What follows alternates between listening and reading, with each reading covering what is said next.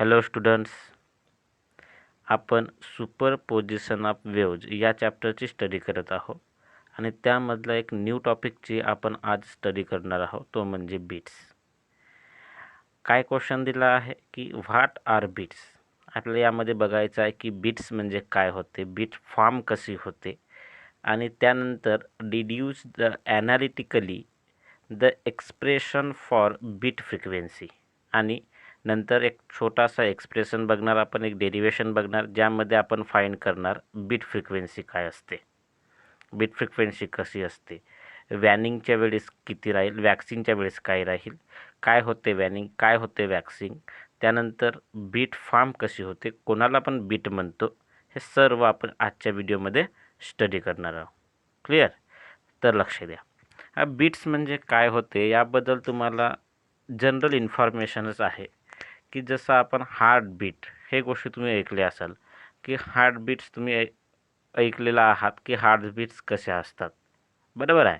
आता हार्टबीट म्हणजे मला सांगा, हार्टबीटमध्ये तुम्हाला काय होते, एक आवाज येतो, नंतर नंतर दुसरा आवाज येतो, दोन आवाजाच्या मधामध्ये एक ब्रेक वाटतो की नाही.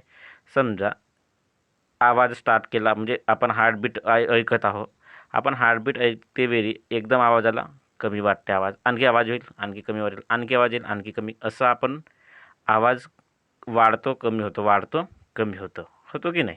म्हणजे आपण जर का हार्टबीट ऐकला तर आपल्याला असं आपण कन्सिडर करतो, आपल्याला माहिती आहे की जनरली नॉर्मली 1 मिनिटमध्ये 72 बीट्स फॉर्म होतात आपल्या हार्टमध्ये. तर हा बीट्स म्हणजे काय होते, तर तुम्हाला 72 हे कसं का तुम्ही डिसाईड करू शकलात. तुम्हाला 72 टाइम्स आवाज येतं. तर लक्षात ठेवा, 72 टाइम्स आवाज येतो. तर मला सांगा, जर का समजा कंटिन्युअसली एकदमच आवाज येत असतात, तुम्ही बीट समजू शकले असत्या का की 1 बीट, 2 बीट, 3 बीट कसं होतात? नाही.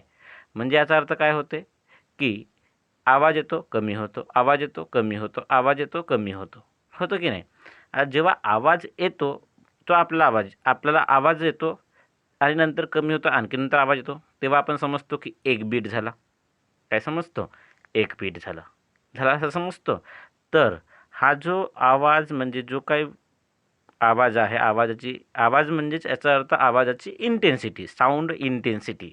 ते साऊंड इंटेन्सिटी मॅक्झिमम होते, आणखी मिनिमम होते, आणखी मॅक्झिमम होते, आणखी मिनिमम होते.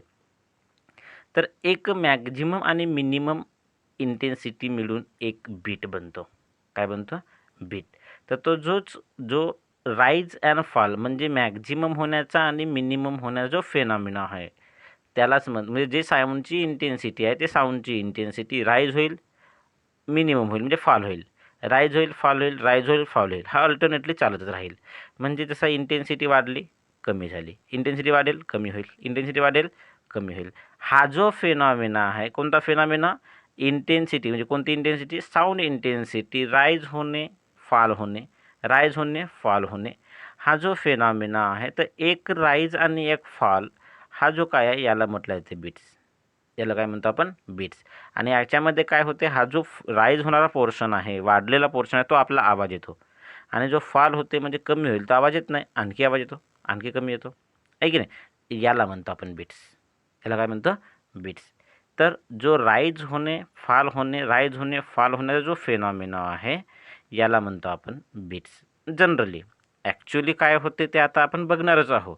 पण आपल्याला एक गोष्ट माहीत आहे की जसं आपण 1 मिनिटमध्ये 72 हार्टबीट्स तयार होतात, हे डिसाईड कशावरून करतो?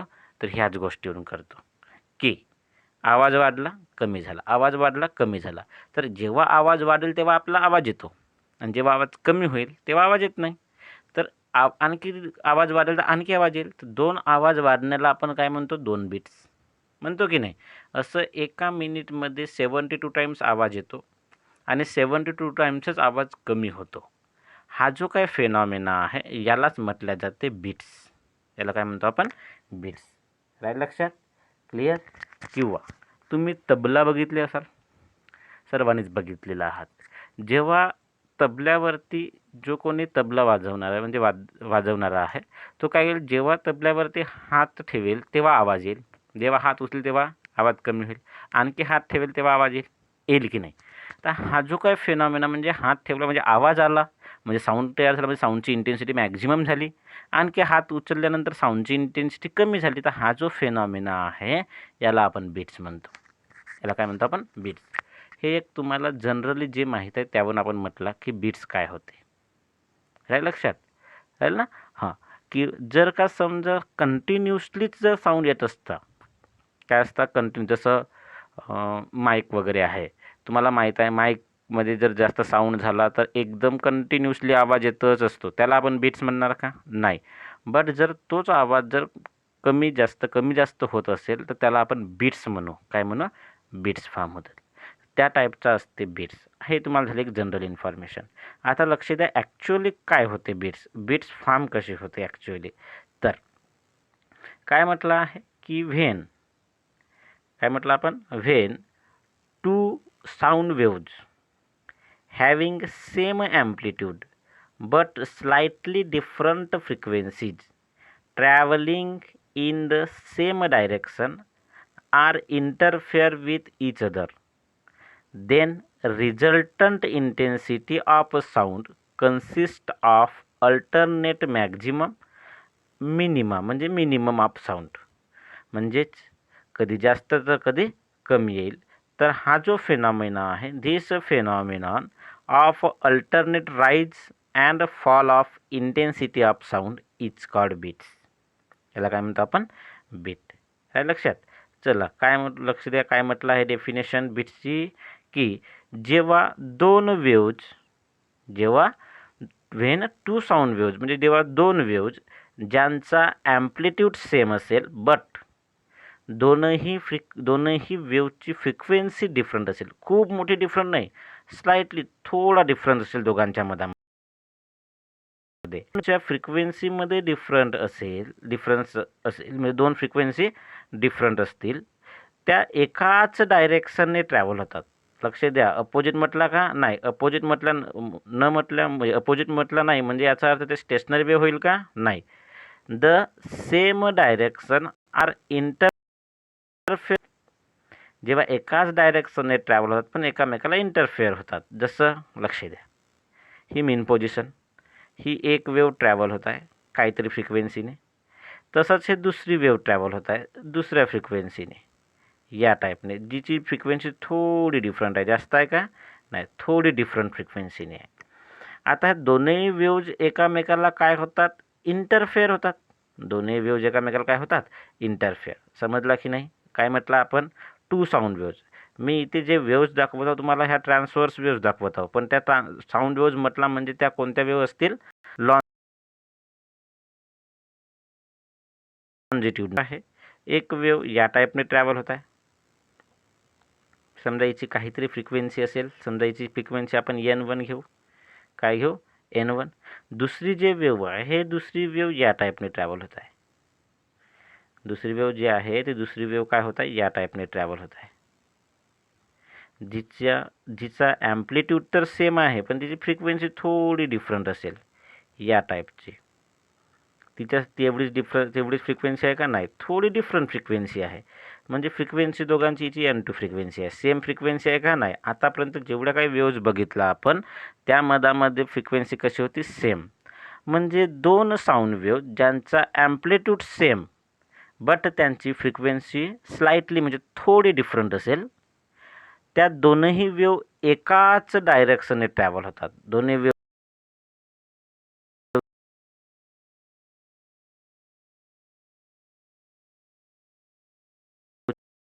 ट्रॅव्हल होत असल्यामुळे दोन्ही वेव्ह एकामेकाला इंटरफेअर होतील. दोन्ही वेव्ह एकामेकाला इंटरफेअर होतात ना. दोन्ही वेव्ह एकामेकाला इंटरफेअर झाल्यानंतर जे रिझल्टंट इंटेन्सिटी ऑफ साऊंड, बरं रिझल्टंट इंटेन्सिटी म्हणजे दोन्ही वेव्हजला आपण कंबाईन केल्यानंतर एक वेव्ह बनेल आणि जे एक वेव्ह बनली म्हणजे रिझल्टंट वेव्ह बनली. रिझल्टंट वेव्ह बनल्यामुळे त्यांची इंटेन्सिटी ऑफ साऊंड जे आहे, जे कधी मॅक्झिमम तर कधी मिनिमम म्हणजे अल्टरनेटली मॅक्झिमम अल्टरनेटली मिनिमम, एकदा मॅक्झिमम होईल तर एकदा मिनिमम होईल. एकदा मॅक्झिमम आणि एकदा काय होईल? मिनिमम होईल. त्या जो फेनॉमिना आहे, कोणता फेनॉमिना? वाढणे आणि कमी होणे. Alternately rise and fall of intensity of, म्हणजे अल्टरनेटली एकदा राईज होईल म्हणजे वाढेल इंटेन्सिटी, एकदा कमी होईल, एकदा वाढेल एकदा कमी होईल. हा जो फेनॉमिना आहे याला म्हणतो आपण बीट्स. याला काय म्हणतो आपण? बीट्स. आता बघा याच्या मधामध्ये हे दोन वेव्ज आहेत.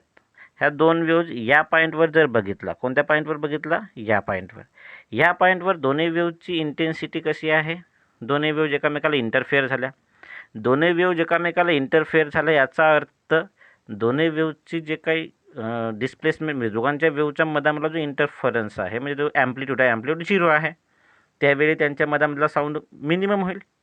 जसं या ठिकाणी जर बघा दोन्ही वेव्हचा जो ॲम्प्लिट्यूड आहे, ॲम्प्लिट्यूड मॅक्झिमम आहे.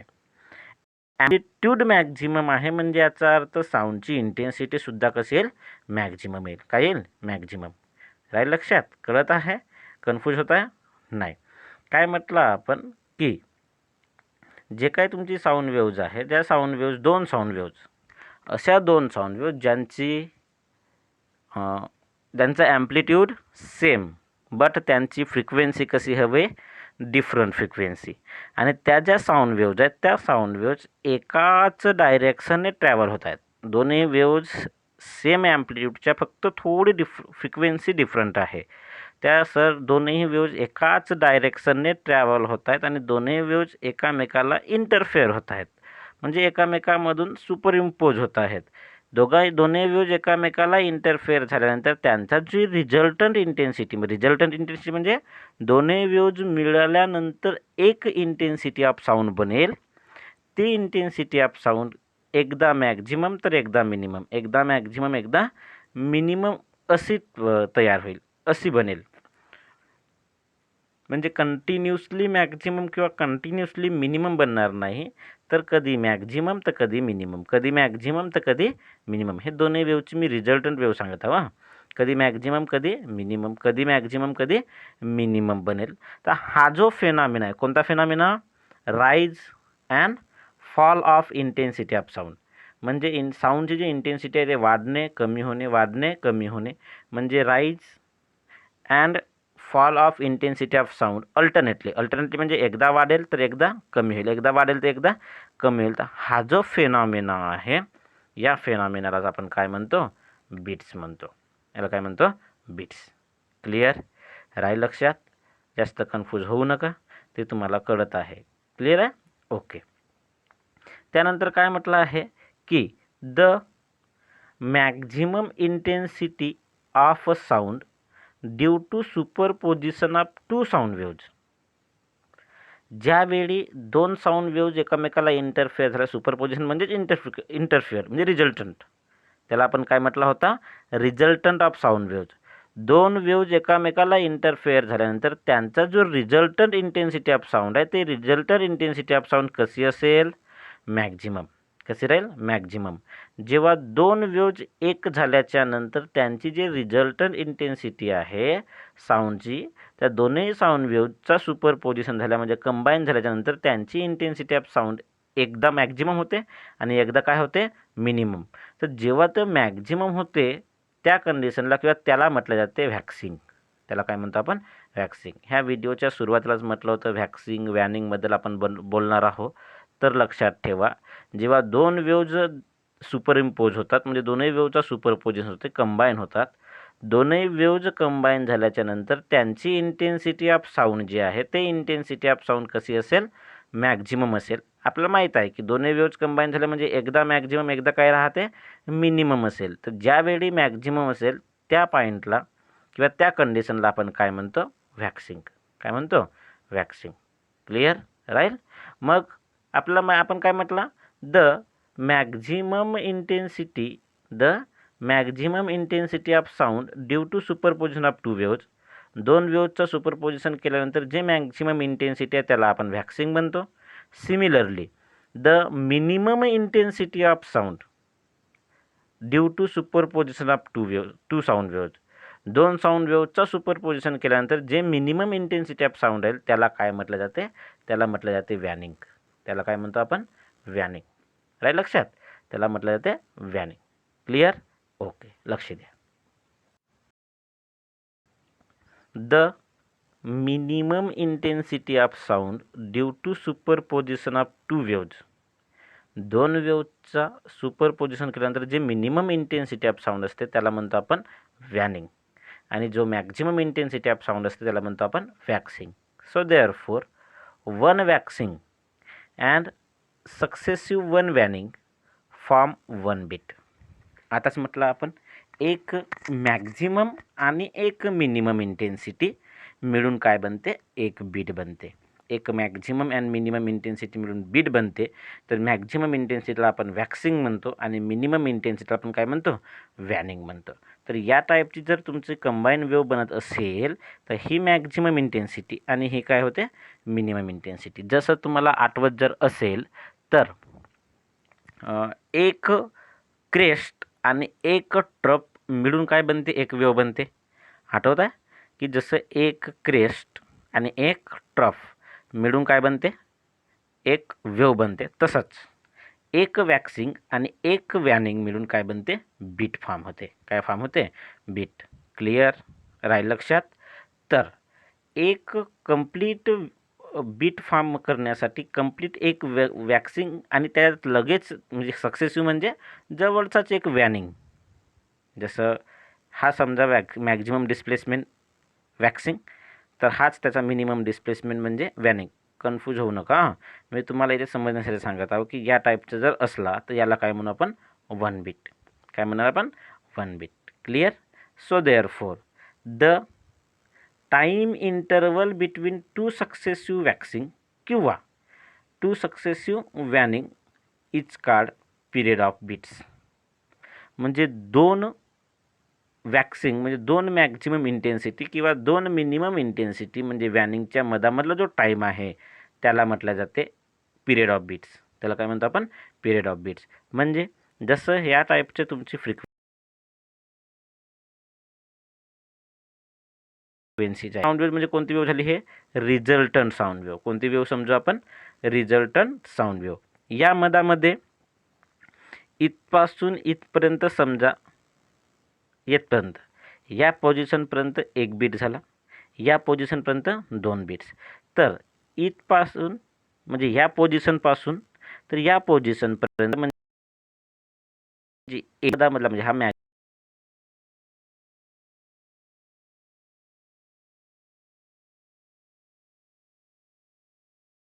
मॅक्झिमम ही एक वॅनिंग. ही वॅनिंग आणि ही वॅनिंगच्या मधामधला जो टाईम लागेल त्या टाईमला म्हटलं जाते पिरियड ऑफ बीट. काय म्हणतो आपण, पिरियड ऑफ बीट. किंवा ह्याच दोन वेव्हचा जर विचार केला तर यामध्ये जर बघितलं तर हा जे पोझिशन आहे ही पोझिशन म्हणजे मॅक्झिमम इंटेन्सिटी. मॅक्झिमम इंटेन्सिटी म्हणजे वॅक्सिंग, आणि हा एक दुसऱ्या बीटचा मॅक्झिमम इंटेन्सिटी म्हणजे याला सुद्धा काय म्हणू आपण, याची वॅक्सिंग.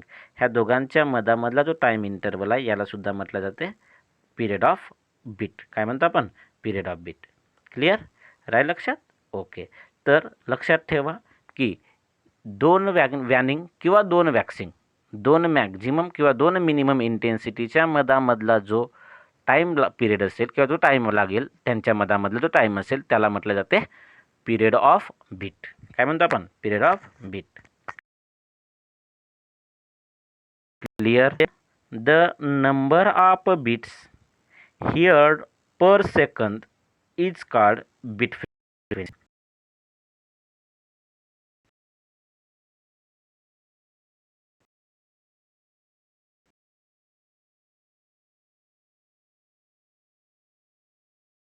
मध्ये 72 टाइम्स होतात 72 हार्टबीट्स होतात. आता एवढं तुम्हाला माहीत आहे की एका मिनिटामध्ये 1 मिनिटमध्ये 72 हार्टबीट्स होतात. नॉर्मली नॉर्मल कंडिशन घेत आहे. नॉर्मली 1 मिनिटमध्ये 72 हार्टबीट्स होतात. हा झाला युनिट टाईम. ह्या युनिट टाईम म्हणजे नंबर जे काय हार्टबीट्स आहे त्या हार्टबीट्सची नॉर्मल कंडिशनच्या वेळेची फ्रिक्वेन्सी जी आहे ती फ्रिक्वेन्सी किती राहील, 72 हर्ट्झ. किती राहील, 72 हर्ट्झ. कारण की आपल्याला 1 मिनिटमध्ये 72 बीट्स आवाज येतात. म्हणून हे जे काय याला जे काय आहे या 72 हा जो आहे 72 हर्ट्झमध्ये काय होईल तुमची फ्रिक्वेन्सी ऑफ हार्टबीट. काय होईल, फ्रिक्वेन्सी ऑफ हार्टबीट. क्लिअर राहील लक्षात. तर काय म्हटलं आपण की जेव्हा दोन साऊंड वेव्ज एकाच डायरेक्शनने ट्रॅव्हल होतात, बट ते दोन्ही साऊंड वेव्हचा ॲम्प्लिट्यूड सेम, बट त्यांची फ्रिक्वेन्सी थोडी चेंज असेल आणि दोन्ही वेव्ज एकाच डायरेक्शनने ट्रॅव्हल होतात आणि दोन्ही वेव्ज एकमेकाला इंटरफेअर होतात. दोनही वेव्ह एकमेकाला इंटरफेअर झाल्यानंतर त्यांची जी एक रिझल्टंट वेव्ह आहे, ते जे रिझल्टंट वेव्ह अल्टरनेटली मॅक्झिमम आणि alternately minimum, alternately maximum minimum असा एक फेनॉमेना तयार करतो आणि त्याच फेनॉमेनाला आपण काय म्हणतो? बीट म्हणतो. काय म्हणतो? बीट. क्लिअर? मग जो मॅक्झिमम इंटेन्सिटी ऑफ साऊंड आहे, जो फेनॉमेनामध्ये दोघांचे रिझल्टंट वेव्ह मिळून जे मॅक्झिमम इंटेन्सिटी मिळेल, त्या मॅक्झिमम इंटेन्सिटीला आपण व्हॅक्सिंग म्हणतो आणि जे मिनिमम इंटेन्सिटी ऑफ साऊंड असते त्याला म्हटलं जाते वॅनिंग. त्याला काय म्हणतो आपण? वॅनिंग. त्यानंतर एक वॅक्सिंग आणि एक वॅनिंग मिळून काय बनेल? तुमचा एक बीट बनते. काय बनेल? एक बीट. त्यानंतर दोन वॅक्सिंग किंवा दोन सक्सेसिव्ह वॅनिंगच्या मधामधला जो टाईम आहे त्या टाईमला म्हटलं जाते पिरियड ऑफ बीट्स. काय म्हणतो आपण? पिरियड ऑफ बीट्स किंवा पिरियड ऑफ बीट्स. त्यानंतर एका सेकंदमध्ये जेवढ्या काही नंबर ऑफ बीट्स आपल्याला ऐकायला येतात, जेवढ्या नंबर ऑफ बीट्स आपण आपल्याला आवाज येतील त्याला म्हणतो आपण फ्रिक्वेन्सी ऑफ बीट. त्याला काय म्हणतो आपण? Frequency of beat. बरोबर? ओके. त्यानंतर हा होता तुमचा व्हॉट आर बीट्स, म्हणजे बीट्स म्हणजे काय होते, त्याच्या मधामधलं काही छोट्या मोठ्या प्रॉपर्टीज आपण बघितला की टाईम इंटरवल काय म्हणजे टाईम पिरियड काय होते आणि फ्रिक्वेन्सी काय होते. क्लिअर? ओके. आता आपण स्टडी करणार आहोत की बीट फ्रिक्वेन्सी काय होते, कोणाला आपण बीट फ्रिक्वेन्सी म्हणतो, त्याचं आपण एक्सप्रेशन बघू. आता आपण बीट जेव्हा फॉर्म होते तेव्हा म्हटला होता दोन साऊंड वेव्ज असतात, तर आपण याच्यामध्ये पण कन्सिडर करावं लागेल टू साऊंड वेव्ज. तर कन्सिडर टू साऊंड वेव्ज, दोन साऊंड वेव्ज आपण कन्सिडर केला ज्यांचा ॲम्प्लिट्यूड कसा आहे? सेम. आपण याच्या अगोदर म्हटला होता की दोन साऊंड वेव्ज आपण कन्सिडर करतो ज्यांचा ॲम्प्लिट्यूड सेम, बट त्यांची जे फ्रिक्वेन्सी आहे ते फ्रिक्वेन्सी कशी असते? स्लाइटली डिफरंट असते. म्हणजे एक असते N1 तर एक काय असते N2 घेऊ आपण. दोन वेव्ज घेतला, दोन वेव्जचा amplitude same but frequency slightly different. दोन्ही वेव्जची फ्रिक्वेन्सी आपण स्लाइटली काय घेतो? डिफरंट. म्हणजे एकाची घेऊ N1 तर एकाची काय घेतला? N2. मग मला सांगा the displacement due to each wave is given by. तर प्रत्येक वेव्हचा जो डिस्प्लेसमेंट आहे तो डिस्प्लेसमेंट काय होईल? तर आपल्याला एक फॉर्म्युला माहीत आहे डिस्प्लेसमेंट ऑफ वेव्हचा, y इज इक्वल टू आपण लिहितो a साइन 2π nt. काय लिहितो? 2π nt. किंवा हा जर नसेल आठवत तर डिस्प्लेसमेंट ऑफ पार्टिकलचा फॉर्म्युला आहे y is equal to a म्हणजे ॲम्प्लिट्यूड साइन ओमेगा टी आणि ओमेगाची व्हॅल्यू काय असते? 2πn असते. तर आपण त्याच्या ठिकाणी आपण फ्रिक्वेन्सीच्या फॉर्ममध्ये डिफरंट फ्रिक्वेन्सी घेत आहोत, म्हणून तोच जो डिस्प्लेसमेंटचा फॉर्म्युला आहे तो कशामध्ये लिहिला? फ्रिक्वेन्सीच्या फॉर्ममध्ये लिहिला.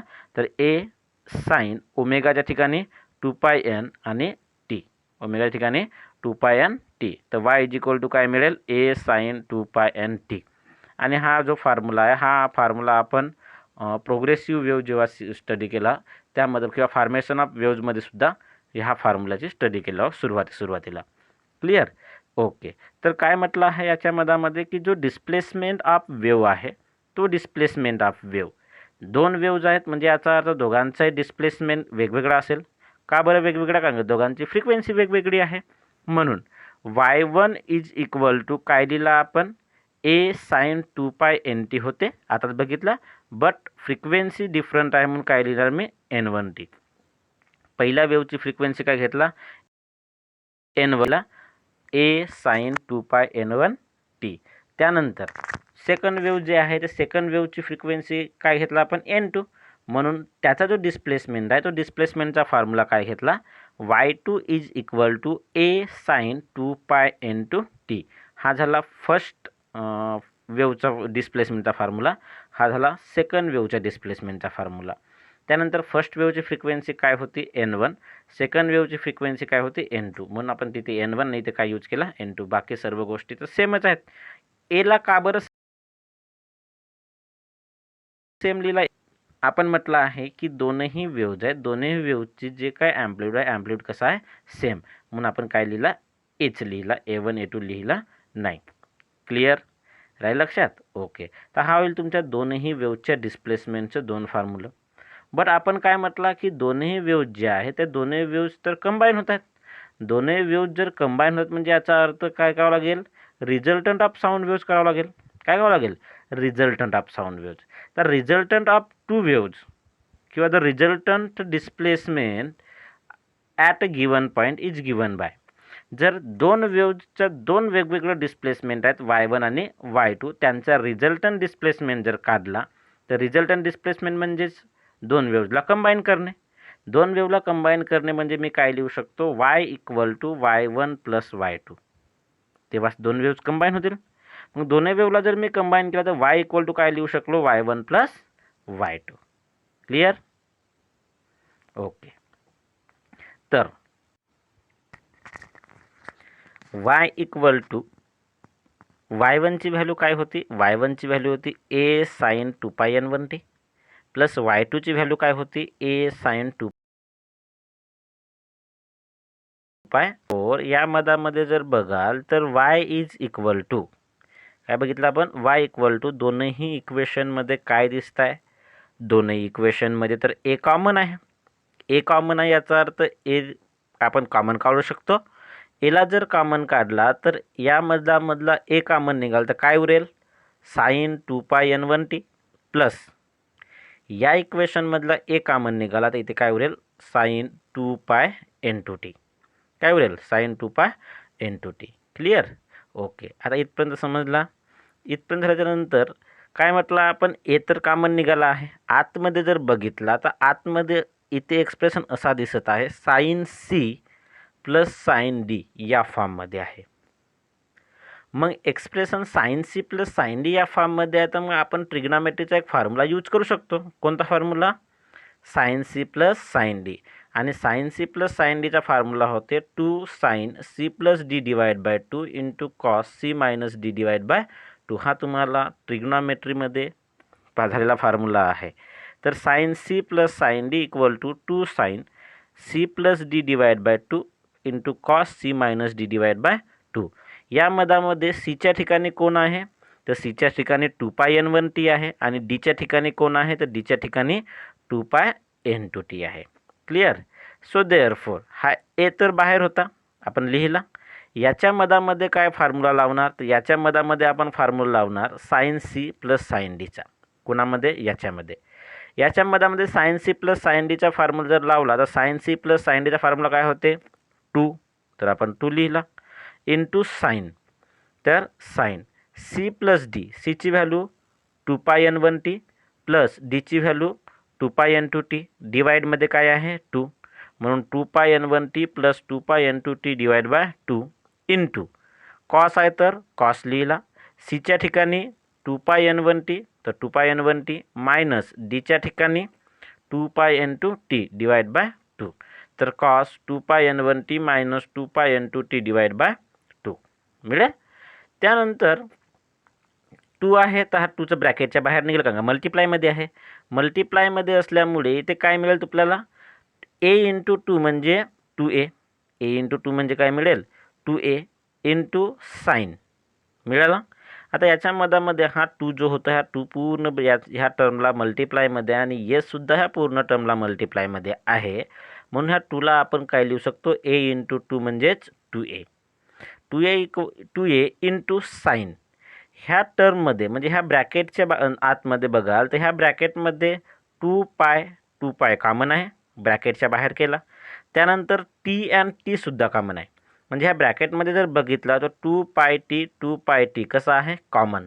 यामधला 2π कॉमन, 2πT कॉमन असल्यामुळे त्याला आपण कॉमन काढला. तर 2π जर समोर कॉमन काढला आणि T मी काय केला, या साईडला कॉमन लिहिला. तर मला सांगा 2π आणि T जर कॉमन निघाला तर इथे काय उरेल, इथे उरेल n1 + n2 / 2. म्हणून ह्या ब्रॅकेटच्या आतमध्ये काय लिहिलं आपण, n1 + n2 / 2. क्लिअर?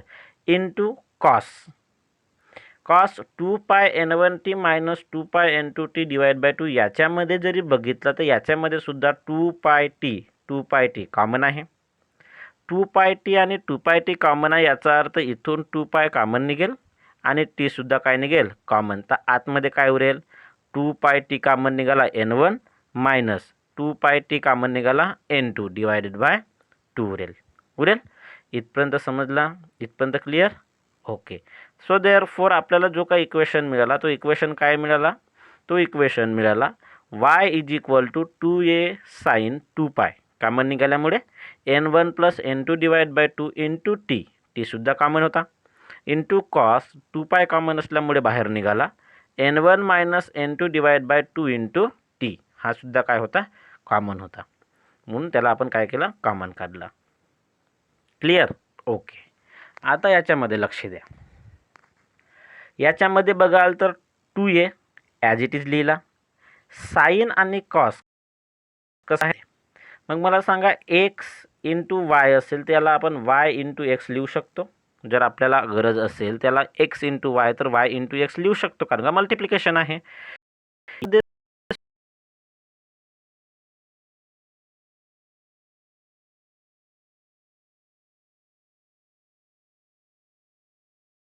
सुद्धा माहीत आहे की सुपरपोजिशन ऑफ वेव्हचा जो काही फॉर्म्युला आहे तो असते ए साईन ओमेगा टी, या फॉर्ममध्ये असते जनरली, किंवा ए साईन ओमेगा टी, किंवा आपण याला जसंही लिहू शकतो 2 पाय एन टी असते. तर ए आणि साईनच पाहिजे, याच्या मधामध्ये काय होत आहे, ह्या इक्वेशनमध्ये हा कॉस जास्त होत आहे, म्हणून ह्या कॉसला मी काय लिहिला अगोदर आणि साईनला काय लिहितो नंतर. राहील लक्षात. असा आपण एका डेरिवेशनमध्ये केला होता या अगोदर, कुठे सुपरपोजिशन ऑफ वेव्हचा जो डेरिवेशन बघितला होता त्यामध्ये सुद्धा आपण असंच फाईन केला होता, कॉसची टर्म अगोदर साईनची टर्म नंतर. कॉस 2 नंतर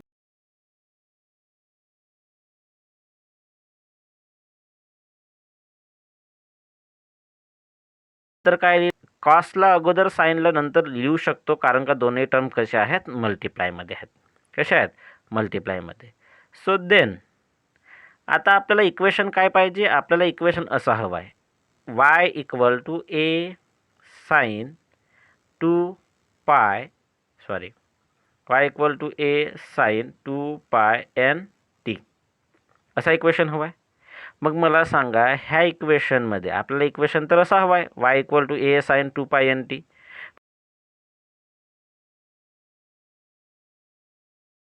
पण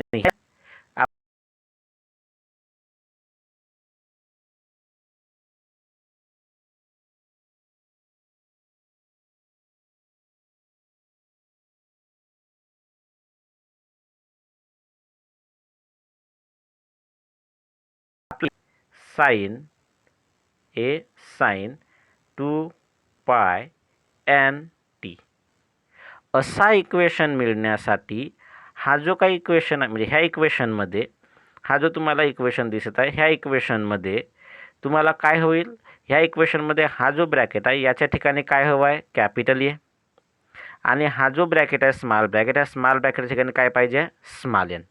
बाकी सर्व गोष्टी अवेलेबल आहेत. म्हणून आपण काय करणार, म्हणून या मधामध्ये आपण हा जो काही तुमचा ब्रॅकेट आहे, म्हणजे हा 2a cos 2 pi n1 minus n2 divide by 2 into t ही जे टर्म आहे या ठिकाणी आपण कॅपिटल ए घेणार. काय घेणार कॅपिटल ए. आणि या इक्वेशन म्हणजे ह्या ब्रॅकेटमध्ये किंवा ह्या टर्ममध्ये हा जो ब्रॅकेट आहे कोणता n1 plus n2 divide by 2 याच्या ठिकाणी काय घेणार आपण स्मॉल एन. काय घेणार स्मॉल एन. का बरं स्मॉल एन घेतला, कारण लक्षात ठेवा किती वेव्ज आहेत दोन वेव्ज, दोन वेव्जच्या फ्रिक्वेन्सीची ॲडिशन डिवाइड बाय 2 यालाच म्हटलं जाते ॲव्हरेज फ्रिक्वेन्सी.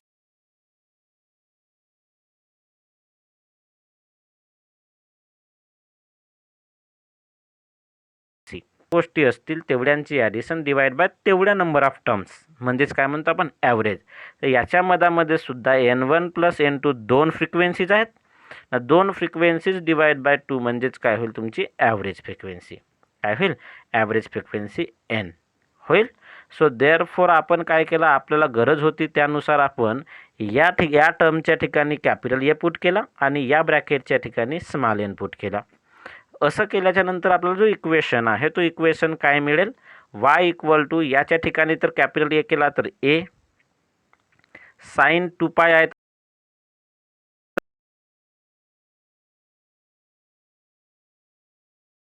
तर sine Y equal to A sine 2 pi N T काय मिळेल?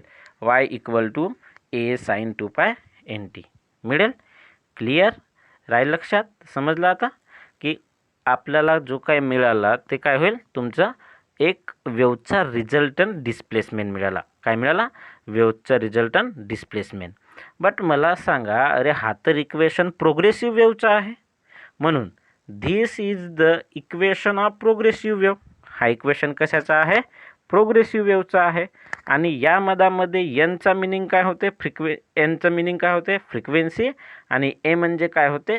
ॲम्प्लिट्यूड. म्हणजे हा जो काही इक्वेशन आहे, कोणता इक्वेशन? वाय ए साइन 2 पाय एन टी ह्या इक्वेशनमध्ये एन म्हणजे फ्रिक्वेन्सी आणि कॅपिटल ए म्हणजे काय होते? ॲम्प्लिट्यूड होते. सो देअरफॉर हे जे फ्रिक्वेन्सी आहे म्हणजे कोण? N. The frequency N is the average frequency. हे जे फ्रिक्वेन्सी आहे, कोणती फ्रिक्वेन्सी? एन. या फ्रिक्वेन्सीला काय म्हणतो आपण? Average frequency. मी आताच सांगितलं होतं. कारण काय? एन इक्वल टू काय होते? एन इक्वल टू होते N1 plus N2 divided by 2. म्हणून याला काय म्हणतो आपण? Average frequency. आणि यामधला जो ॲम्प्लिट्यूड आहे तो ॲम्प्लिट्यूड पिरियडिकली कसा होत राहील? व्हॅरी. सिंपल आहे ना. बघा, समजा एक वेव्ह आहे, हे दुसरी वेव्ह आहे. जेव्हा ह्या वेव्ह एकामेकाच्या वर वेव्हचा क्रेस्ट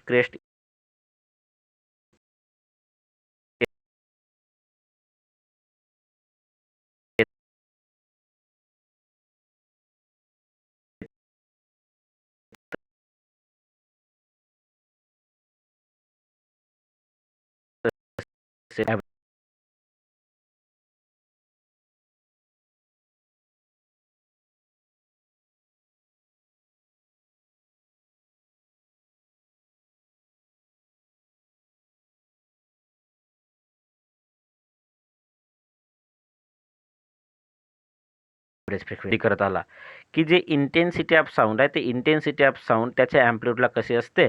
स्क्वेअर असते. काय असते? स्क्वेअर असते. तर सो देअरफॉर लक्ष द्या की इंटेन्सिटी ऑफ साऊंड तर हा ॲम्प्लिट्यूडला स्क्वेअर ऑफ ॲम्प्लिट्यूड असते ऑलवेज. तो कन्सेप्ट आपण ऑसिलेशनपासून स्टडी करत आहोत. So therefore the intensity of sound will be maximum when amplitude is maximum. साऊंडची इंटेन्सिटी मॅक्झिमम केव्हा असेल? जेव्हा ॲम्प्लिट्यूड मॅक्झिमम असेल. बरोबर आहे?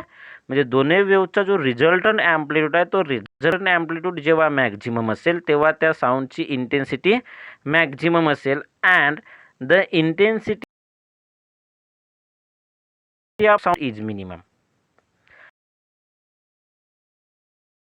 आणि एची व्हॅल्यू आहे ते कॅपिटल एची व्हॅल्यू मिनिमम असेल तर तुमची इंटेन्सिटी ऑफ साऊंडसुद्धा कशी असेल? मिनिमम. म्हणून जेव्हा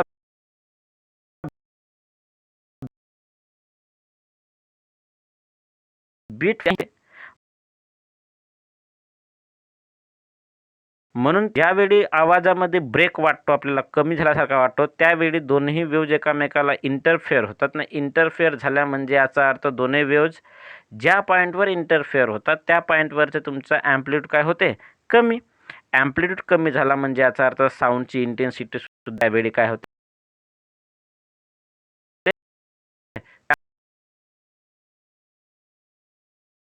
होते? क्लिअर राहील लक्षात? तर असा होता तुमचा बीट आणि फ्रिक्वेन्सी ऑफ बीट. तर फ्रिक्वेन्सी ऑफ बीट काय असते? N1 plus N2 divide by 2. हा झाला तुमचा ॲक्च्युली ह्याला फ्रिक्वेन्सी ऑफ बीट नाही म्हणणार, ही तर N1 plus N2 divide by 2 म्हणजे average frequency. Frequency of beat काय होते? फ्रिक्वेन्सी ऑफ बीट काय असते तर आता आपण समोर फाइंड करणार आहोत. हा झाला फक्त इक्वेशन ऑफ रिझल्टंट डिस्प्लेसमेंट, ज्याच्यावरून आपण म्हणू शकतो की रिझल्टंट डिस्प्लेसमेंट म्हणजे दोन्ही वेव्हला आपण कंबाईन केल्याच्या नंतर त्यामध्ये जे काही फ्रिक्वेन्सी आहे ती फ्रिक्वेन्सी कोणती असते?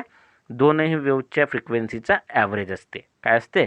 दोन्ही वेव्हच्या फ्रिक्वेन्सीचा ॲव्हरेज. हा आपण या ठिकाणी प्रूव्ह केला. आता आपण ॲक्च्युली बीट फ्रिक्वेन्सी काय होते, बीट फ्रिक्वेन्सी कशी असते, काय असते ते आपण समोर फाईंड करणार आहोत. क्लिअर? ओके. तर आपल्याला माहीत आहे की बीट जो आहे किंवा बीट फ्रिक्वेन्सी आहे ते बीट फ्रिक्वेन्सी केव्हा फॉर्म होते. आपल्याला एक गोष्ट माहीत आहे की दोन वॅक्सिंग किंवा दोन वॅनिंगच्या मधामधला जो टाईम आहे त्या टाईमला आपण काय म्हणतो? Period of beat. बरोबर आहे. दोन वॅक्सिंगच्या मधामधला जो टाईम आहे त्याला पिरियड ऑफ बीट म्हणतो, किंवा दोन वॅनिंग म्हणजे मिनिमम टर्म आहे, दोन मिनिमम इंटेन्सिटीच्या मधामधला जो टाईम आहे त्याला काय म्हणतो आपण? Period of beats. आणि त्यानंतर आपल्याला माहीत आहे की टाईम पिरियड आहे म्हणजे याचा अर्थ काय येईल? फ्रिक्वेन्सी येईल. टाईम पिरियड आहे म्हणजेच काय येईल? फ्रिक्वेन्सी येईल. म्हणजेच देअरफोर दोन वॅक्सिंग किंवा दोन वॅनिंगच्या मधामधली जी फ्रिक्वेन्सी आहे त्याला म्हणतो आपण बीट फ्रिक्वेन्सी. राहील लक्षात? दोन मॅक्झिमम म्हणजे दोन वॅक्सिंगच्या मधामधली जी फ्रिक्वेन्सी आहे त्याला काय म्हणतो आपण? दोन वॅक्सिंगच्या मधामधला जो टाईम आहे त्याला टाईम पिरियड म्हणतो. आणि टाईम पिरियड ऑफ बीट मिळाला म्हणजे याचा अर्थ फ्रिक्वेन्सी ऑफ बीट तर इझिली मिळेल ना? लक्ष द्या आता काय होते. फॉर मॅक्झिमम म्हणजे वॅक्सिंगसाठी. आता बघू दोन्ही टर्मवर चेक करावं लागेल की वॅक्सिंगच्या वेळी काय होते आणि वॅनिंगच्या वेळी काय येते, की इक्वल येते, वेगवेगळी येते की इक्वल येते. तर याच्या मधामध्ये आपल्याला एक गोष्ट माहिती आहे. कोणती गोष्ट माहिती आहे? की जर का समजा वॅक्सिंगची जर विचार केला तर वॅक्सिंगच्या वेळी ॲम्प्लिट्यूड कसा असते? मॅक्झिमम. मॅक्झिमम म्हणजे फॉर वॅक्सिंगच्या वेळी ॲम्प्लिट्यूड मॅक्झिमम. आणि जर ॲम्प्लिट्यूड मॅक्झिमम असेल त्याला आपण कसं लिहितो? +-2a. आता आपण सुरुवातीपासून या टाईपची स्टडी करत आहो की नाही? किंवा सुपरपोजिशन ऑफ वेव्हची जेव्हा आपण स्टडी केला तेव्हा मॅक्झिमम ॲम्प्लिट्यूड मिनिमम ॲम्प्लिट्यूडची स्टडी म्हणजे काय केला? मॅक्झिमम ॲम्प्लिट्यूड आणि मिनिमम ॲम्प्लिट्यूडचं एक्सप्रेशन फाईंड केला आणि त्या मधामध्ये ह्या गोष्टी आपण फाईंड केला होता की A = काय होते? +-2a होते. आता आपण या अगोदरच आता जो डेरिव्हेशन सॉल्व केला याच्या मधामध्येच कॅपिटल एच्या ठिकाणी कॅपिटल ए जो आहे तो कोणाच्या ठिकाणी पुट केला होता? 2a cos 2πn1 - n2 / 2 × t याच्या ठिकाणी कॅपिटल ए पुट केला होता. इज इक्वल टू काय होईल? +-2a. बरं, हा +-2a कुठून आला? आपल्याला माहीत आहे की जेव्हा दोन वेव्ज ट्रॅव्हल होतात तेव्हा दोन्ही वेव्हला कंबाईन केल्याच्या नंतर त्यांचा जो ॲम्प्लिट्यूड आहे ॲम्प्लिट्यूडची काय करतो आपण? सम. आणि दोन्ही ॲम्प्लिट्यूडची सम झाली म्हणजे याचा अर्थ दोन्ही ॲम्प्लिट्यूडचा काय होते? ॲम्प्लिट्यूड सम करतो. सम केल्याच्या नंतर जो काही ॲम्प्लिट्यूड येईल तो कसा असते? मॅक्झिमम. त्याला मॅक्झिमम असल्यामुळे त्याला म्हणतो आपण मॅक्झिमम ॲम्प्लिट्यूड. तर वॅक्सिंगच्या वेळी ॲम्प्लिट्यूड मॅक्झिमम म्हणून आपण त्याला कसं लिहितो? +-2a. काय लिहितो? +-2a लिहितो. हा अगोदर पण आपण स्टडी केला का बरं लिहितो म्हणून, हे तुम्हाला माहिती आहे. तर देअरफॉर 2a म्हणजे कॅपिटल एची जी व्हॅल्यू आहे तर कॅपिटल एची व्हॅल्यू या अगोदरच आपण आता जो डेरिव्हेशन सॉल्व केला त्यामध्येच पुट केला होता. आपण नवीन व्हॅल्यू काढला का? नाही. या अगोदर जो आपण रिझल्टंट डिस्प्लेसमेंटचा डेरिव्हेशन सॉल्व केला त्यामध्येच आपण पुट केला होता की 2a cos 2πn1 - n2 / 2 × tच्या ठिकाणी कॅपिटल ए पुट केला होता. म्हणून त्या ठिकाणी काय लिहिलं आपण? कॅपिटल ए = +-2a. क्लिअर? ओके. तर या मधामध्ये हा जो 2a आहे हा 2a जर आपण राईट हँड साईडला घेऊन गेला तर हा तर मल्टिप्लायमध्ये आहे, इकडे राईट हँड साईडला जाईल तर डिवाईडमध्ये जाईल. तर +-2a ऑलरेडी राईट हँड साईडला आहे आणि लेफ्ट हँड साईडचा 2a राईट हँड साईडला जाईल तर कुठे जाईल? डिवाईडमध्ये. तर ह्या दोनही टर्मला काय केलं आपण? कॅन्सल होतील. तर दोनही टर्म कॅन्सल होतील तर इथे काय मिळेल? तर इथे मिळेल आपला +-1. काय मिळेल? +-1. +-1 मिळाला. सो देअरफॉर आपल्याला कोणाची व्हॅल्यू पाहिजे? टाईम. कारण का टाईम मिळेल तर टाईम पिरियड मिळेल आणि टाईम पिरियड जर मिळाला तर आपल्याला फ्रिक्वेन्सी मिळेल. बरोबर आहे. मग टाईम पिरियड फाईंड करण्यासाठी आपल्याला टाईम माहीत हवे. जर सोबत कॅन्सल झाला मग इथे काय उरला? इथे उरला फक्त cos 2πn1 - n2 / 2 × t. तर याच्या मधामध्ये हा कॉसची जे टर्म आहे कॉस हा त्रास देईल म्हणून ह्या कॉसला राईट हँड साईडला घेऊन जा. कॉस जर एका लेफ्ट हँड साईडून जर राईट हँड साईडला नेला तर कॉसचा काय होईल? कॉस इन्व्हर्स होईल. कॉसचा काय होईल? कॉस इन्व्हर्स होईल. तर 2 pi n1 minus n2 divide by 2 कॉसचा राईट हँड साईडला नेला तर कॉस इन्व्हर्स झाला, तर काय झाला कॉस इन्व्हर्स प्लस मायनस 1 होईल. काय होईल cos inverse plus minus 1. So therefore 2 pi n1 minus n2 divide by 2 into T is equal to cos inverse plus minus 1 म्हणजे काय, तर हा आपण क्वाड्रंट सिस्टीमने चेक करतो. कॉस झिरोची व्हॅल्यू किती +1. मग मला सांगा कॉस झिरोची व्हॅल्यू +1 असेल तर कॉस 180ची व्हॅल्यू किती असेल -1 असेल. आणि आपल्याकडे दोनच व्हॅल्यू अवेलेबल आहेत, एक आहे +1 आणि एक आहे -1. एक काय आहे +1 आहे आणि एक काय आहे -1. तर +1 झिरोवर तर -1 पायवर. आणखी समोर जर गेला तर इथे काय येते 360 डिग्री. किती येते 360 डिग्री. 360 डिग्री आला म्हणजे 360 डिग्रीवर काय होईल +1. आणखी इकडे आला तर म्हणजे इथे 0, इथे 180 म्हणजे पाय, इकडे गेला 360 म्हणजे 2 पाय, आणखी इकडे आला तर 3 पाय, आणखी समोर गेला तर 4 पाय. होईल की नाही. तर हा क्वाड्रंट सिस्टीमवर आपण फाईंड करतो कशाच्या कॉस इन्व्हर्सच्या व्हॅल्यू. तर therefore cos inverse plus minus 1 जो आहे तर कॉस इन्व्हर्स प्लस मायनस 1 म्हणजेच काय होते तर कॉस इन्व्हर्स प्लस मायनस 1 म्हणजे 0 पाय 2 पाय 3 पाय ही टर्म होतात cos इन्व्हर्सच्या.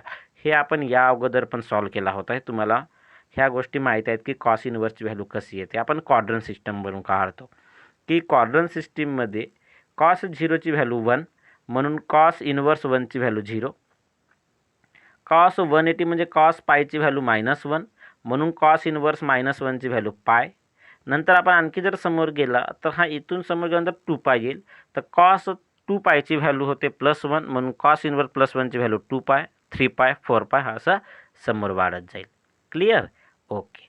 So therefore 2 pi n1 minus n2 divide by 2 into T equal to काय मिळाला 0 पाय 2 पाय 3 पाय मिळेल.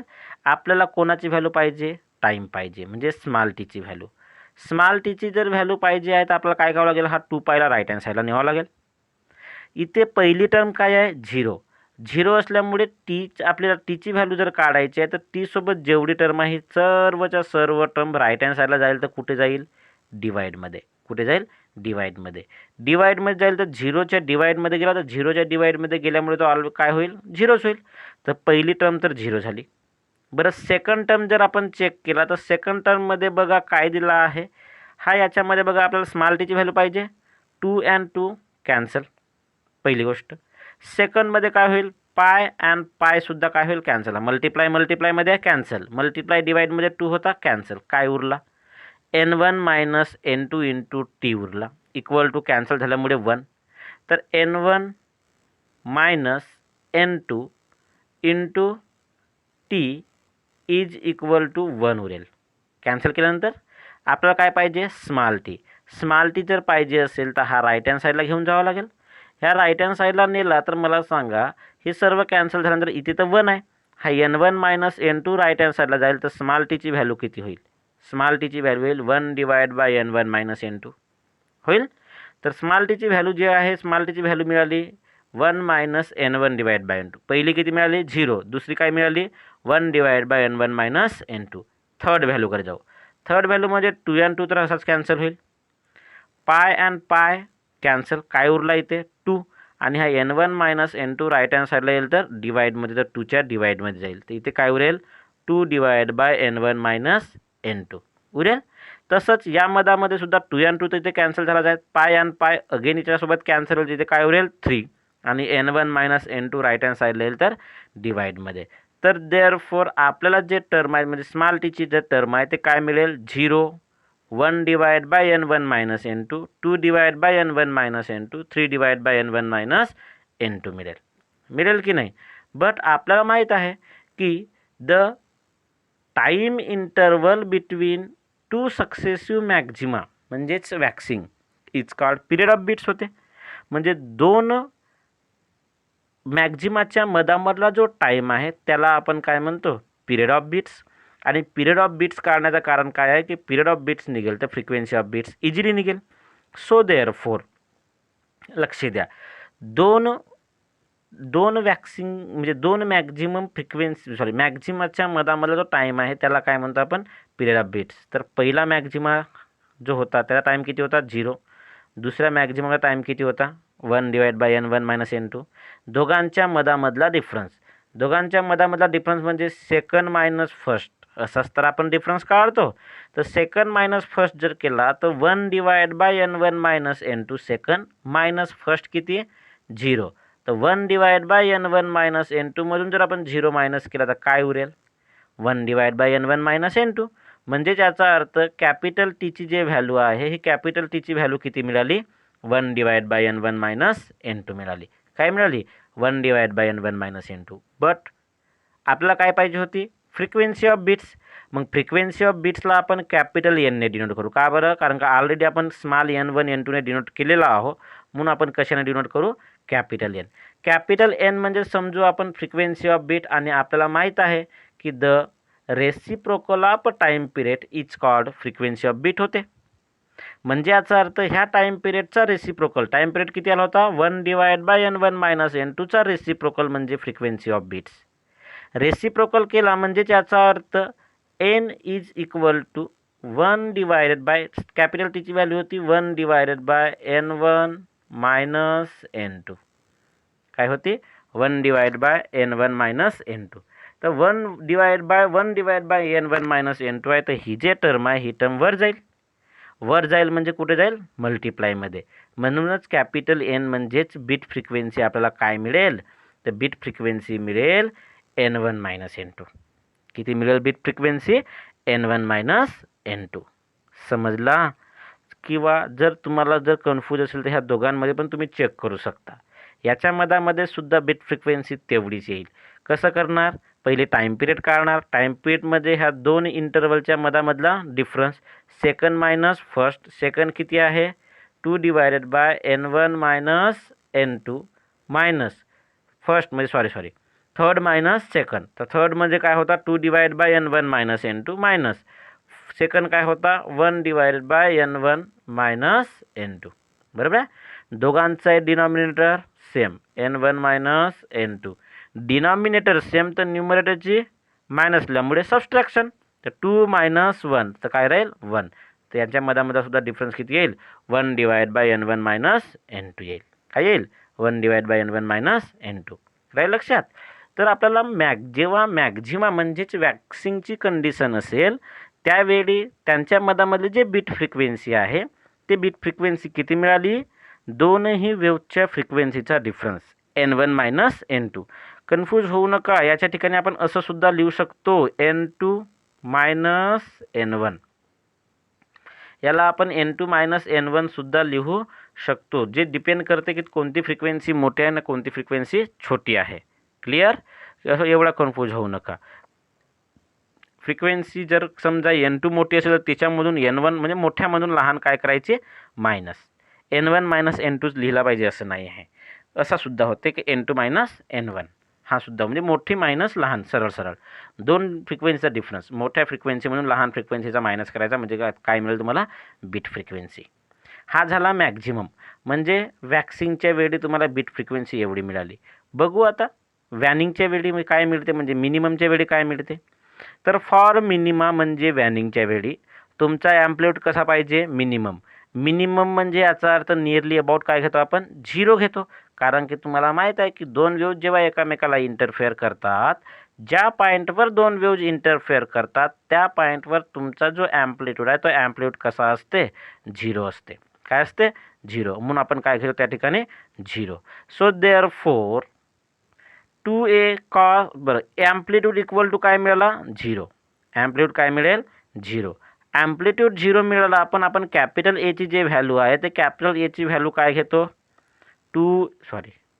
काय घेतो 2a cos 2πn1 - n2 / 2 × t. आताच घेतला आपण घेतला.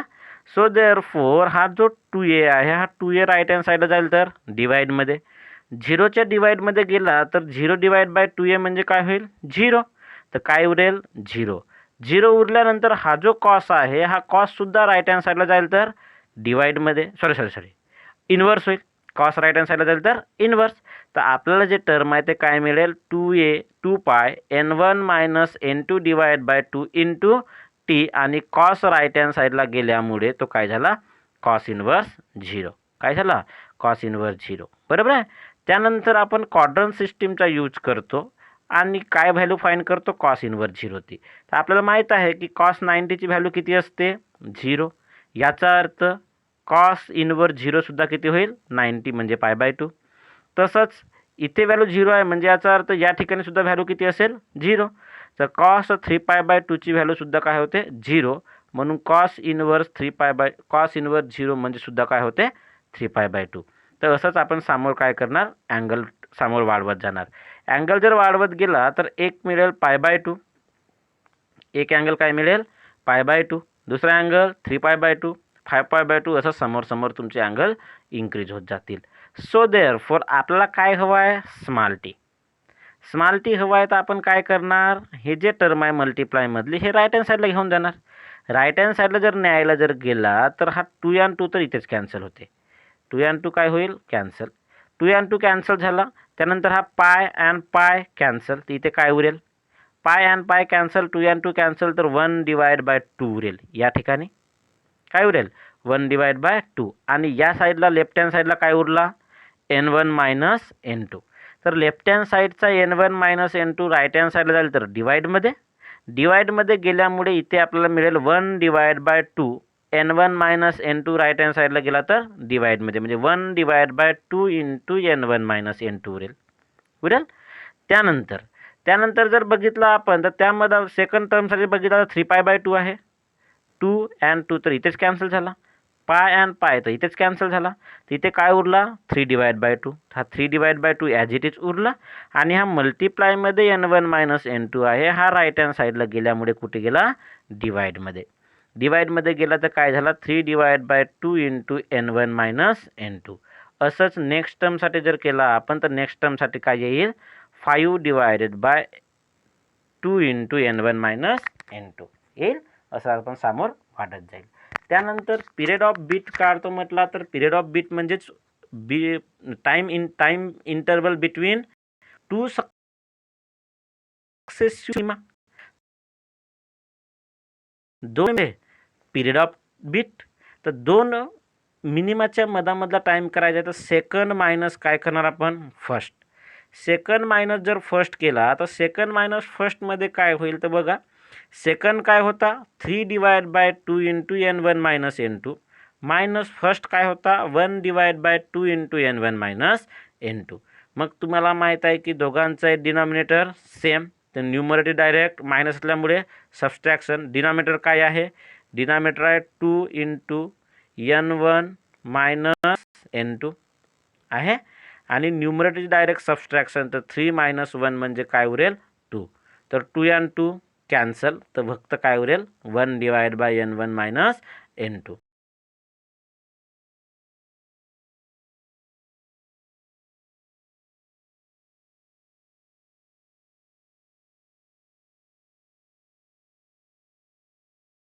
Period reciprocal of time period तर 1/t म्हणजे याचा जर आपण याच्याशी केला तर हा n1 मायनस n2 वर जाते. n1 मायनस n2 वर जर गेला तर इथे काय मिळेल आपल्याला? बीट फ्रिक्वेन्सी इक्वल टू मिळेल n1 मायनस n2. काय मिळेल? n1 minus n2. तर एक गोष्ट कन्फर्म झाली की 2 वॅनिंग किंवा 2 व्हॅक्सिन घेतला आपण तर त्यांच्या मधामधली बीट फ्रिक्वेन्सी कशी सेम असते.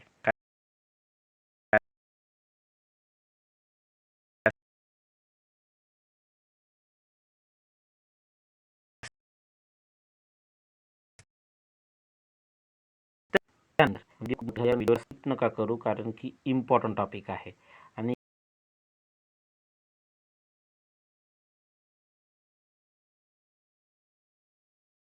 याला सर्व विसरून जाणार. म्हणून मी पूर्णच्या पूर्ण टॉपिक एकाच व्हिडिओमध्ये कव्हर करण्याचा ट्राय केलो.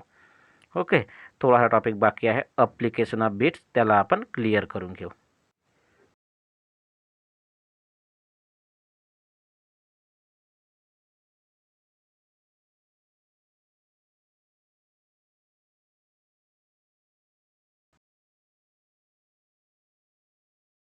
तर तुम्ही बघा 2 म्युझिकल इन्स्ट्रुमेंट्स आहेत. त्या म्युझिकल इन्स्ट्रुमेंटची ट्युनिंग किंवा त्यांची कंपोजिंग म्हणजे जसं आपण म्हणतो ना 2 म्युझिकल इन्स्ट्रुमेंटचा ताल मिळण्यासाठी वगैरे जे काही यूज करतो आपण ते बीट्सचा यूज करतो. म्हणजे बीट्स म्हणजे काय होते, तर बीट्स म्हणजे दोघांच्याही बरोबर मॅच होणे, इन्स्ट्रुमेंट मॅच होणे. सॉन्ग आहे, एखादा सिंगर सॉन्ग म्हणत आहे, ते सॉन्गसोबत इन्स्ट्रुमेंटचा बरोबर मॅच होणे, याला काय म्हणतो आपण, बीट्स. काय म्हणतो आपण, बीट्स मॅच होणे. राहील लक्षात? हा तुम्हाला समजेल. त्यानंतर दुसरा आहे, it is use to unknown frequency. It is use to determine unknown frequency. जे अननोन फ्रिक्वेन्सी फाईंड करण्यासाठी सुद्धा या कन्सेप्टचा यूज केला जाते, बीट्सचा. त्यानंतर to detect dangerous gases in mines. हा तुम्हाला थोडा समजायला अडचण जाईल, पण इझी आहे, लक्ष द्या.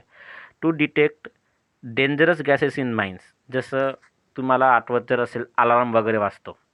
अलार्म सिस्टीममध्ये सुद्धा याचा यूज केला जाते. कसं बघा, जसं गॅसेस आहेत, गॅसेस जसं त्या इन्स्ट्रुमेंट, जो कोणता इन्स्ट्रुमेंट आहे, ज्याच्या मधामध्ये इन्स्ट्रुमेंटमध्ये गॅसेस एंटर झाल्याबरोबर त्या मधामध्ये त्यांची जे वेव्ज आहेत, त्या वेव्ज गॅसेसच्या ज्या वेव्ज आहेत, त्या वेव्जला तो काय करत आहे, डिटेक्ट करून त्यांच्या मधामध्ये त्यांच्या इंटरफरन्सवरून मॅक्झिमम मिनिमम वॅक्सिंग आणि वॅनिंग तयार होतो आणि ते अलार्म वाजतो.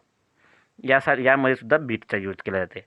It is used in radar किंवा रडार म्हणजे प्लेन वगैरे असतात. पोर्ट आहे, एअरपोर्टवर एखादा प्लेन आहे, प्लेन येणार असेल किंवा जाणार असेल, तर ते येणारा प्लेन किंवा जाणारा प्लेन आपल्याला कसं माहीत होईल, तर तो जो प्लेन आहे त्या प्लेनमधून, आणि हा एक रडार लावलेला असतो एअरपोर्टवर, त्याच्या मधामध्ये त्या वेव्ज येतात. कशाच्या? प्लेनच्या. आणि प्लेनच्या वेव्ज आल्यानंतर तो प्लेन कोणत्या ठिकाणी आहे हे माहिती करण्यासाठी रडार सिस्टीमचा यूज केला जातो. काय लक्षात? त्यानंतर सोनार सिस्टीम. सोनार सिस्टीम म्हणजे काय, जसं पाण्याच्या आतमध्ये एखादी कोणतीही गोष्ट, जर समजा एक टायटॅनिक जहाज होता, शिप होती, ते टायटॅनिक शिप जसं पाण्यामध्ये पाण्यामध्ये पूर्ण बुडाली होती. ते पाण्यामध्ये बुडल्यानंतर बुडाली होती, त्यामध्ये जे काही त्या शिपला शोधण्यासाठी जो इन्स्ट्रुमेंटचा यूज करतात, त्याला काय म्हणतो आपण, सोनार. तर याच्या मधामध्ये सुद्धा तेच होते की वेव्ज, ते जे काही जो कोणती गोष्ट हरवली असेल किंवा एरोप्लेन आहे कोणत्या ठिकाणी आहे, त्याच्या ज्या वेव्ज आहेत, त्या वेव्जला तो जो काही रडार सिस्टीम आहे ते पकडतो. वेव्ज एकमेकाशी मॅच होतात आणि त्याच्या मधामधून काय होतात, बीट्स तयार होतात. त्यावरून ते डिसाईड करतात की कोणत्या ठिकाणी तुमचा प्लेन आहे किंवा कोणत्या ठिकाणी एखादा समुद्र आहे, समुद्राच्या आतमध्ये एखादी गोष्ट आहे, ते शोधण्यासाठी सुद्धा कोणत्या सिस्टीमचा यूज केला जाते, सोनार सिस्टीमचा. तर याच्या मधामध्ये बीट्सचा खूप मोठा इम्पॉर्टन्स रोल आहे आणि याच्या मधामध्ये बीट्स जे आहे ते बीट्सचा यूज केला जाते. क्लिअर राहील लक्षात? ओके. तर असा होता तुमचा टॉपिक बीट्स. याच्या मधामध्ये आपण बीट काय होते, बीट फ्रिक्वेन्सी काय होते, बीट्स कसा फॉर्म होते, बीट फ्रिक्वेन्सी किती असते, तर दोन्ही वेव्हच्या फ्रिक्वेन्सीचा डिफरन्स असते, आणि ॲप्लिकेशन ऑफ बीट्स स्टडी केला. क्लिअर राहील लक्षात? ओके. तर ह्या व्हिडिओमध्ये आपण हा एक पूर्ण कंप्लीट टॉपिक केला. थोडी मोठी व्हिडिओ झाली, पण पेशन्स ठेवून तुम्ही पूर्ण व्हिडिओ बघा. त्याशिवाय तुम्हाला व्हिडिओ म्हणजे तो हा टॉपिक समजणार नाही. कारण की थोडा कन्फ्युजिंग टॉपिक आहे, कारण की हा जो टॉपिक आहे, या टॉपिकमध्ये तुम्हाला इमॅजिन सर्वात जास्त करावा लागतो, म्हणून. राहील लक्षात? ओके. याच्यानंतरचा टॉपिक आपण नेक्स्ट व्हिडिओमध्ये घेऊ.